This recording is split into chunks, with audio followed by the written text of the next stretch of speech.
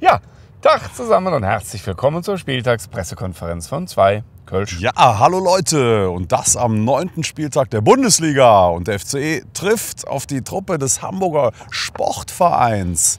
Und bei der Auswahl der Location für diese PK, da haben wir uns ja diesmal Hilfe geholt, haben wir uns eines kleinen Tricks bedient. Ihr habt das alle mitgekriegt. In der letzten PK haben wir aufgerufen und haben euch gefragt, was könnte denn zum HSV passen? Wo kennt ihr schöne Locations in Köln, wo man diese PK jetzt heute drehen könnte? Und wo sind wir gelandet, Thomas? Ja, das sieht aus wie der Zündorfer Yachthafen. Ne? Da hat also einer offenbar an Bötchen gedacht, wenn er an Hamburg denkt. Naheliegend. Ne? Sehr gut. Und eine geile Idee, ehrlich gesagt. Ne? Ja. Wobei man sagen muss, also das war der Tor 10. Ich wette, in Wahrheit heißt der Torsten. Kann das sein? Ja, ich weiß noch früher, also bei Geh aufs Ganze hatten wir immer nur Tor 1, 2 oder Tor 3. Ja. Aber diesmal hat sich Tor 10 bei uns gemeldet und hat diesen Vorschlag gemacht. Den Zündorf-Zong haben wir hier Zündorf, ganz gezogen. genau. Nee, also dafür ganz, ganz lieben Dank. Sehr, Lieber sehr Tor geil. 10, schreib uns doch bitte deinen richtigen Namen unbedingt mal unten rein. Und wer seinen richtigen Namen reingeschrieben hat, das war der Sascha. Und der hat eigentlich, also einen halben Punkt hat er auf jeden Fall auch verdient. Ja. Denn der hat vorgeschlagen, geht doch an die Grof Ja. in Zündorf. Einmal umdrehen jetzt gleich, ne? 50 Meter Genau. weiter im Grunde. Ne? Ja, So, wir dann- drehen die Kamera gleich und zeigen das Bild jetzt. Ja. Also du hast es um 10 Meter eigentlich nur verpasst. Ja. Aber Ja, trotzdem, ja. auch an dich ganz lieben Dank fürs Mitmachen. Ja, also du bist nicht ganz der Sieger, aber nicht weinen, auch wenn die Leute, die hier wohnen, alle nah am Wasser gebaut haben. Ja. Ne? Direkt am Rhein, wunderschön. Ne? Und nah am Wasser gebaut, super geile Überleitung, ne? Ah. haben auch, wir haben uns sehr amüsiert. Ja, tun das immer noch. Ja, also diese FC Bayern-Fans, die sich bei uns in der Timeline rumgewuselt haben. Ja. Was ist mit euch los, Leute? Also wir haben ja verstanden. unmittelbar nach dem Spiel kommentiert, dass unser Trainer da einen richtig guten Coup gelandet hat und dass wir die Bayern 35 Minuten lang wirklich ziemlich dominiert haben. Und dann haben wir natürlich auch thematisiert dieses Tor, das gegeben wurde, was eigentlich keins hätte sein dürfen. Und jetzt schreiben die Bayern-Fans, also wirklich, sie sind so gefühlt Hunderten auf unserer Seite aufgeschlagen und werfen uns Mimimi vor und heulen selber. Weißt du, wir reden von Bayern-Fans, von den Erfolgsfans schlechthin in der Liga. Und die beschweren sich jetzt, dass wir ihren großen FC Bayern, weiß ich nicht, was haben wir ihnen beleidigt, indem wir gesagt haben, die waren nach 35 Minuten ziemlich verunsichert. Also Ja, und das ist der Vorwurf ist natürlich ein bisschen, als würden wir behaupten, wenn jetzt das Tor, wie es das korrekt gewesen wäre, nicht gegeben worden wäre, dass wir dann haushoch gewonnen hätten. Das hat ja keiner gesagt. Ne? Nein. Uns ist ja allen klar, und jetzt kommen wir vielleicht zum Spiel dann, ne? Uns ist ja allen klar, dass du alles Glück der Welt brauchst und alles zusammenlaufen musst, um überhaupt eine Chance zu haben gegen den FC Ja. Bayern. Ja, das heißt, du brauchst eigentlich einen Schiedsrichter, der eher mal für dich pfeift als gegen dich. Einen, der ein Tor gibt, was keins ist, ja, dann hast du gar keine Chance. Das ist so klar wie Kloßbrühe. Ne? Ich meine, da muss man jetzt, ist auch kein Mimimi, das ist einfach Faktum. Quatsch, völliger Ne? Blödsinn. Natürlich hätten wir auch so das Spiel 4-5-1 gegen Bayern München verlieren können. Das Doofe ist halt, wir werden es niemals erfahren. Ja. Und so, das haben wir artikuliert nach dem Spiel und dass die Bayern-Fans also da so dermaßen nah am Wasser gebaut. Also wie kritikunfähig sind diese Erfolgsfans? Das ist schon echt eine bittere Nummer. Peinlich. Ja, das ist tatsächlich peinlich. Ne? Wobei lass uns wieder auf uns gucken. Ja. Wir sind begeistert, klingt schon durch, ne? Von diesem Husarenstück, von diesem unfassbar mutigen Aufstellung und Einstellung. Das war toll. Es war auch, Ja. glaube ich, die einzige Möglichkeit, wirklich zu versuchen, die Bayern zu überraschen. Es hat für mich sensationell geklappt und ich hätte gerne gesehen, wie es weiter funktioniert. Ja. Also das war grandios. Also toll, hat total Spaß gemacht. Ja, wir haben uns ja schon vor dem Spiel am Bütchen, als wir die Aufstellung gelesen haben, haben wir uns schon mit solchen Augen Ja, genau. angeguckt. Haben gesagt, wow, also der hat aber richtig Eier in der Hose. Also Ja. wirklich gegen die vermeintlich mit einer der besten Mannschaften der Welt so offensiv aufzutreten, was wir uns oft auch schon mal gewünscht haben in ganz anderen Spielen. Ja. Und dass er jetzt wirklich im DFB-Pokal mehr oder weniger die Flucht nach vorne antritt und alles nach vorne wirft, das fand ich einen sensationellen Schachzug. Ja. Und es hat 35 Minuten ganz, ganz toll geklappt. Also das würde ich mir häufiger wünschen, lieber Lukas Kwasniok. Ja. Champions League war übrigens die Südkurve mit dieser unfassbaren Choreo. Also das war Wahnsinn, nun ne? wirklich zum Niederknien. Ja. Und ich habe es auch selten, man konnte diese Spannung spüren. Ne? Alle waren so richtig ergriffen. Also das war wunderschön. Vielen, vielen Dank dafür.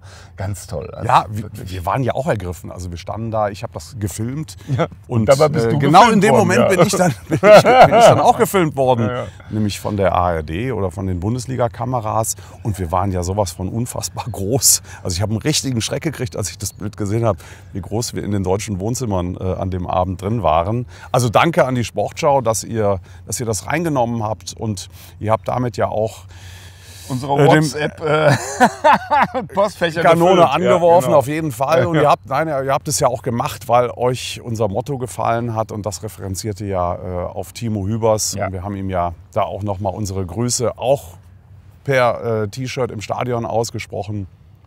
Und das hat uns sehr gefreut, dass ihr das so prominent reingenommen habt und dass ich da gerade in dem Moment die Choreo gefilmt habe. Das ist halt auch noch ein lustiges kleines Anekdötchen. Ne? Ja, das war sehr lustig. Wie gesagt, es gab also ein Feedback unfassbar, wie viele Leute, also es klingelte ständig. Ne? Ja. Es vibrierte und klingelte. Ja. Wunderbar. Ja, vibrieren, klingeln. Ich hoffe, es klingelt auch gegen den HSV. Kommen wir mal zum Wesentlichen hier. Ja. Ne? Denn die müssen natürlich besiegt werden. Ja, ich glaube, das haben wir auch auf dem Motto stehen, ne? Oder? Motto! Haben wir ja auch noch, ne? Wir haben- Hättest du jetzt vergessen. Aber. Warum stehen wir hier eigentlich? Ne? Nein, also eins ist doch völlig klar. Das, was gegen Bayern München passiert ist, auch das, was davor in Dortmund passiert ist, das waren Bonusspiele. Und jetzt habt ihr fast schon die Auflösung für unser Motto und du liest es jetzt vor. Ja, pass auf. Da steht nämlich Liga zählt. HSV fällt. 2 Kölsch. Auf 3 Punkte gegen den HSV. Prösterchen, Leute.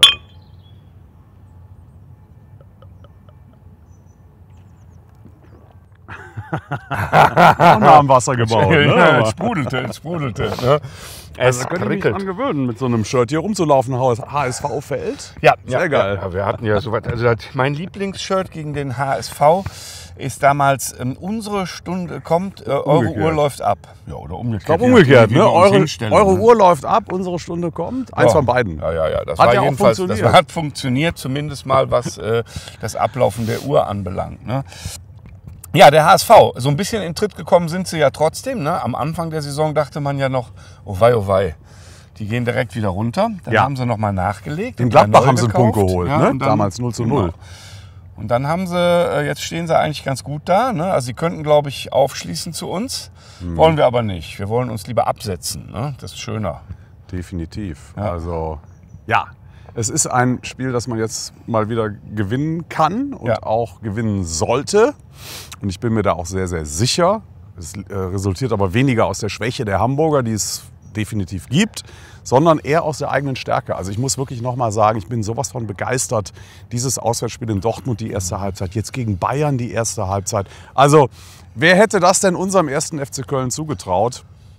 Und ich will jetzt nicht von Favoritenrolle gegen den HSV sprechen. Das wollen wir mal tunlichst vermeiden. Ja. Aber wir haben schon echt eine geile Truppe. Ja. Und gerade in der Offensive. Und wenn die so harmonieren und zusammenspielen, wie sie das gegen die Bayern getan hat, also dann glaube ich, dass die Defensive des HSV ganz schön Arbeit bekommen wird am Ja.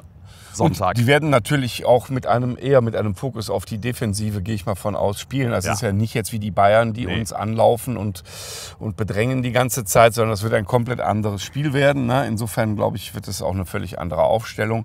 Aber da gucken wir sehr gelassen, weil wir jetzt einen Trainer haben, der, wie wir gegen Bayern gesehen haben, einfach auch überraschen kann mit geilen Aufstellungen, mit einer guten taktischen Also ich hoffe Idee. aber nicht, dass es eine andere auch. Ich würde genauso wieder antreten, ehrlich Ja, gesagt. können wir wetten, gegen den dass HSV. das nicht passiert. Würde ich Ja. jede Wette eingehen. Ich sage ja auch nur, ich würde es mir wünschen. Ja. Ne, würde ich nicht. Ich glaube, da beißt dir die Zähnchen aus. Ne? Aber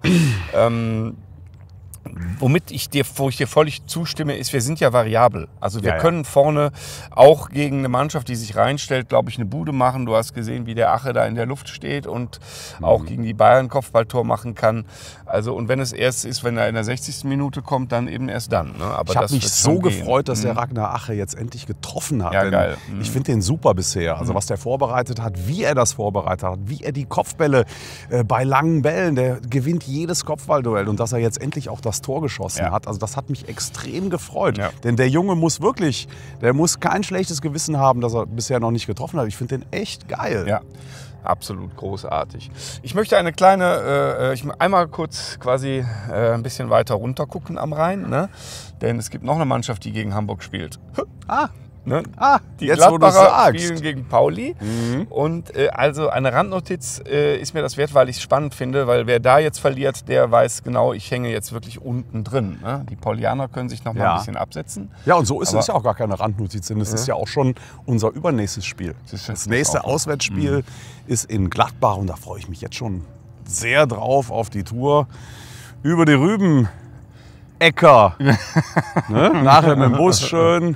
Rüben schlagen, Ruhm ernten. Ja, das hatte man mal. Ne? Nee, also das ist klar. Das, was in Gladbach gerade passiert, Ja. das ja, lässt schon so ein bisschen Häme natürlich aufkommen, keine Frage. Ob man sich ultimativ den Abstieg wirklich wünschen würde für die Nein. Gladbacher, ist noch was anderes, sage ich mal eher nein. Ja. Aber euch dazu zu gucken, ist schon sehr, sehr lustig. Naja, also im DFB-Pokal sind sie weiter. Ne? Das ist, muss man auch sagen. Ja, Und gegen gut. Karlsruhe so einfach ist es auch wieder nicht. Ne? Naja, aber wir sind natürlich happy, dass es uns im Moment besser geht und dass wir jetzt Fortsetzung haben gegen den HSV und das Bötchen ganz easy nach Hause schippern mit allen Punkten drauf. Ne? Ja, vielleicht kommen die Hamburger hier gleich auch noch an. Ja. Wenn sie mal so anreisen, wie wir das in Mainz getan haben. Ja. Aber ich denke mal, die werden wahrscheinlich ganz locker flockig mit dem Flieger einfliegen. Oder? Meinst du? Ich weiß es nicht. Keine Arrogante Hamburger Schnösel? Ja, Ja, nein, das glaube ich nicht. Na gut. Ihr Lieben, wir sehen uns. So. Ne? Sonntag, 15:30 15.30 Uhr im Müngersdorfer Stadion Ja. gegen den HSV. Geiles Spiel. genau. Wirklich ein Bundesliga-Klassiker. Ja? Bis und für Sonntag. das nächste Spiel wollen wir natürlich wieder Heimspiel, wohlgemerkt. Tipps haben, wo wir es machen. Ja, also das kann gerne die ganze Saison durchlaufen. Wenn ihr kreative Ideen zum jeweiligen Gegner habt, immer her damit. Und ja, wir danken nochmal an Tor 10 und Sascha. Sascha. Ja, macht's gut, Leute. Bis Sonntag. Prost.